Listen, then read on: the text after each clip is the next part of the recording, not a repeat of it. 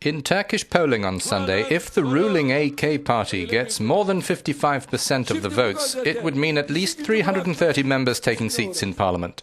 These MPs plan to strengthen the country's presidential office by reforming the constitution.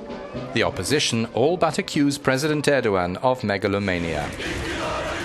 None of the main opposition parties, the HDP, CHP and MHP, support the constitutional reform project. Their goal in this election is to prevent the AK party, which Erdogan co-founded, from getting an absolute majority. Even within the AKP, there are critics of the reform. Our correspondent in Turkey spoke to political expert Halun Alkan, a professor at Istanbul University.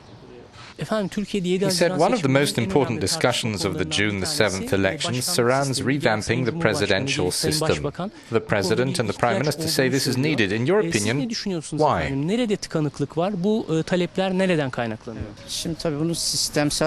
First of all, this is systematic. We have had a problem in our political system since the 1961 Constitution. We are not, in fact, discussing a move from a parliamentary system to a presidential system.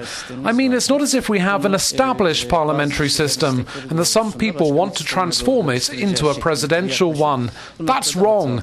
Our parliamentary system has never been institutionalized. This is worth noting. The 1982 Constitution especially gives the President extraordinary authority, which is not normally inherent in parliamentary systems. The President has been designated as a figure who controls the state agencies in a paternal way, without checks and balances, intervening in government affairs at will. This is against the nature of parliamentary systems. There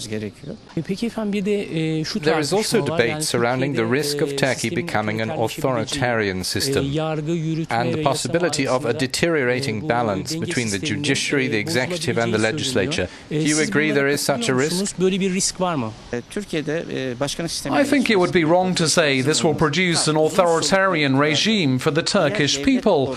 Governments that are in office for a long time, after all, permeate the institutions, regardless of whether a state operates a presidential, parliamentary or semi-parliamentary system. If you're in government for 20 years and control the parliament, you can decide the laws, who is in the judiciary, and everything. This is a problem for all systems. It's the way the delegation of democracy works. This is a problem of democracy, and not the presidential or parliamentary system. People's long-term support of a certain political idea may produce this result, but democratic dynamics can restore things.